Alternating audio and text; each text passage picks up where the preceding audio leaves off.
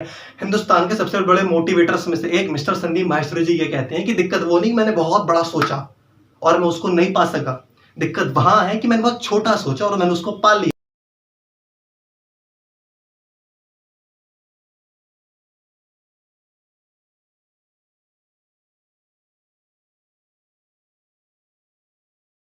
Hi youths, this is Shubham Mishra. आज थोड़ी energy ज्यादा है। मैं कुछ सुन रहा था जिसको सुनने के बाद मेरा दिमाग ये सोचने पर मजबूर हो गया कि सच में ऐसा होता है।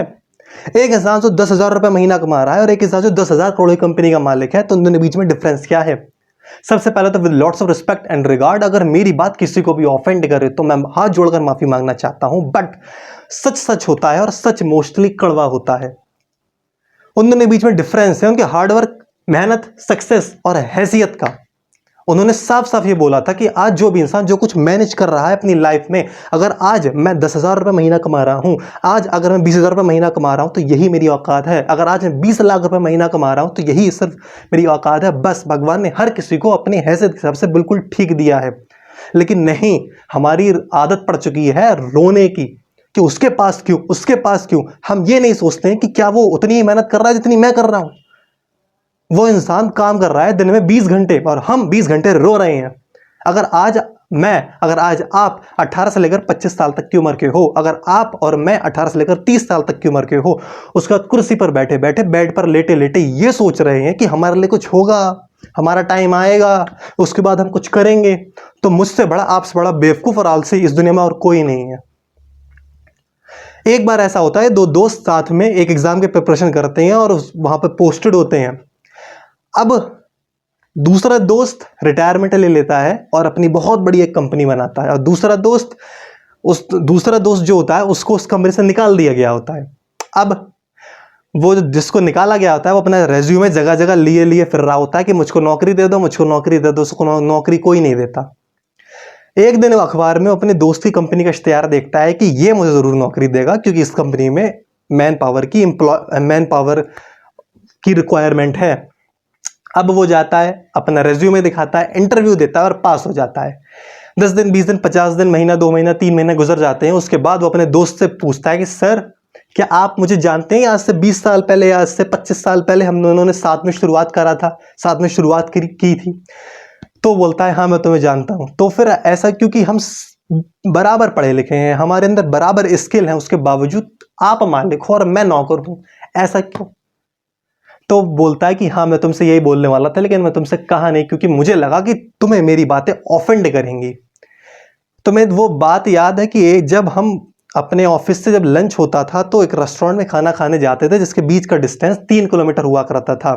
तब एक बार हम 2 किलोमीटर रास्ते में आ गए थे। तब मैंने तुमसे कहा था कि यार आज हम अपने ऑफिस की लाइट और पंखा बंद करना भूल गए, खुला छोड़ाए हैं। तब तुमने मुझसे क्या कहा? जाने दो, सरकार का है, सरकार करेगी, हमें तो सैलरी मिल रही है ना, तुम क्यों परेशान हो रही हो, चलने दो। तब मैंने तुमसे कहा नहीं, तुम जाओ खाना खाने। मैं वापस गया 2 किलोमीटर, फिर वापस 3 किलोमीटर चल के आया, तब मैंने खाना खाया। इसीलिए मैं तब भी मालिक था और आज भी मालिक हूं, और तुम तब भी नौकर थे और आज भी नौकर हो। जिस देश का हम खाना खाते हैं, जिस देश का हम पानी पीते हैं, उस देश को अगर हम अपना नहीं माने तो इससे बढ़कर बुरी बात और क्या हो सकती है। आज अगर सड़क पर कोई इंसान थूक दे और दूसरा इंसान उससे ये कहे यहाँ मत थूको, ये पब्लिक प्लेस है, तो वो क्या, उससे क्या कहता है कि सड़क तेरे बाप की है। हम जिस देश में रह रहे हैं उसको ही अपना मानने को तैयार नहीं है, तो और क्या करेंगे। हम बोलते हैं मेरी लाइफ में तो बहुत परेशानी चल रही है जी, मेरी लाइफ में तो बहुत ज्यादा दिक्कतें हो रही हैं, हमारे घर में तो बीमारी बहुत ज्यादा है, पैसा इधर आ ही नहीं रहा है, पैसा रुक आता है और चला जाता है, दिक्कतें हो रही हैं, ये हो रहा है, वो हो रहा है। वॉरेन बफे ने कसम खा ली थी, अगर 35 साल तक की उम्र तक अगर मैं मिलेनियर नहीं बना तो फांसी लगा लूंगा। भगवान ने भी उसके सक्सेस और डेडिकेशन को देखा, क्योंकि यूनिवर्स में भी जो एनर्जी है वो देने ही वाली है। शाहरुख खान की फिल्म का जो डायलॉग सभी को याद होगा कि सारी कायनात आपको मिलाने में लग जाती है। 33 साल की उम्र में वो मिलेनियर नहीं, मल्टी मिलेनियर बन गए। मैं बात कर रहा हूं दुनिया के सबसे बड़े इन्वेस्टर वॉरेन बफे की। वो इंसान जिसका परिवार, वो इंसान जिसका घर पानी में चला गया था, डूब गया था, वो इंसान जो सिर्फ और सिर्फ पायलट बनना चाहता था, लेकिन उसका डेडिकेशन था राष्ट्रपति बनने का। मैं बात कर रहा हूं मिस्टर अब्दुल कलाम की। हम क्या सोचते हैं, भैया हमारी जिंदगी में तो परेशानी बहुत है, हम क्या करें, सक्सेसफुल इंसान वो होता है जो रास्ते ढूंढता है, ना कि रास्तों के इंतजार करता है।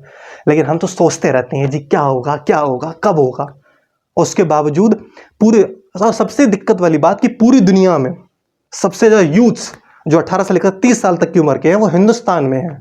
उसके बावजूद भी आज हम अपनी आज़ादी के 70 से 72 साल बाद ये नहीं कह पाए कि हमारा देश आगे बढ़ चुका है, हमारा देश विकास कर चुका है। हम we are progressed now, we are developed now. हम ये नहीं कहते, हम क्या कहते हैं, भारत बढ़ रहा है आगे, भारत विकास कर रहा है, भारत करप्शन मुक्त हो रहा है। हम कब कहेंगे कि विकास कर चुका है? ये सुनने को, ये बोलने को कोई तैयार ही नहीं है। और सबसे बड़ी बात, दिक्कत, सबसे दिक्कत वाली बात ये कि हिंदुस्तान का जो यूथ है, जो 18 से लेकर 25 साल तक की उम्र के लोग हैं, वो कहाँ बिजी हैं? वो बिजी हैं Instagram, Facebook, call of duty और पबजी में, टिकटॉक में।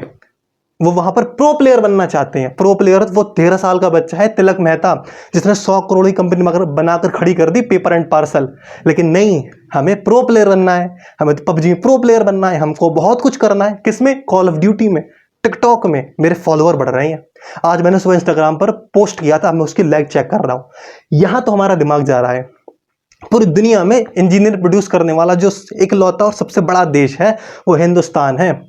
उसके बावजूद भी आज हम एक ऐसा सर्च इंजन नहीं बना पाए हैं जो गूगल से केवल आगे ही नहीं बढ़ सके, जो गूगल से सिर्फ बराबरी भी कर सके।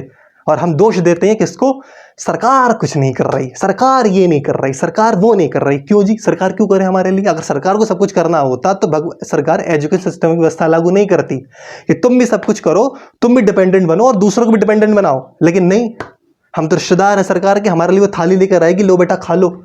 सरकार ने कुछ नहीं किया, हम सब सरकार के भरोसे बैठ गए हैं। हिंदुस्तान के सबसे बड़े मोटिवेटर्स में से एक मिस्टर संदीप माहेश्वरी जी ये कहते हैं कि दिक्कत वो नहीं कि मैंने बहुत बड़ा सोचा और मैं उसको नहीं पा सका, दिक्कत वहां है कि मैंने बहुत छोटा सोचा और मैंने उसको पा लिया, क्योंकि आगे बढ़ने की चाहत ही खत्म हो गई। कोई इंसान ये नहीं सोच रहा कि मुझे रोल्स रॉयस पेंटागन पानी है, कोई इंसान ये सोच रहा है मुझे लैम्बोर्गिनी पानी है जिसकी कीमत 6 करोड़ 85 लाख रुपए है। मैं, हर कोई इंसान ये सोच रहा है बस मुझे 4 पहिए गाड़ी मिल जाए जिसकी कीमत भले ही 2 लाख रुपए हो। हमारी सोच ही वहीं पे सीमित हो गई। लेकिन हम कंपेयर किसको करते हैं? अमेरिका जी बहुत आगे है। जब सोच ही हमारी आगे नहीं है तो हम आगे कैसे बढ़ेंगे? हमको सोचना पड़ेगा कि हर साल 8 से 9 लाख बच्चे आईआईटी जेईई के एग्जाम में एप्लीकेबल होते हैं। हर साल वो पेपर में बैठते हैं, लेकिन पास कितने होते हैं? सिर्फ 6000 से 7000। हर साल यूपीएससी के लिए करीब 20,000 से 30,000 एप्लीकेशंस आते हैं, लेकिन पास कितने होते हैं? करीब 800 से 900 बच्चे। तो क्या उनकी किस्मत अच्छी थी जो पास हो गए? नहीं। वो जिस कुर्सी पर बैठने वाले हैं ना, आईएएस आईपीएस आईएफएस की कुर्सी, वो कुर्सी भी जज करती है कि क्या इंसान मेरे लिए वर्थ इट है। लेकिन नहीं, हमें सिर्फ भगवान से गिड़गिड़ाना है कि हमें ये दिला दो, हमें वो दिला दो। और सबसे बड़ी बात ये कि हिंदुस्तान का जो यूथ है, अरे भाई 18 से लेकर 25 साल तक की उम्र के हो तो किस चीज इंतजार कर रहे हो? सबसे पहली बात तो हिंदुस्तान में पिक्चरें बहुत कम अच्छी दिखाई जाती हैं, और जो अच्छी दिखाई जाती है मैंने भूल जाते हैं।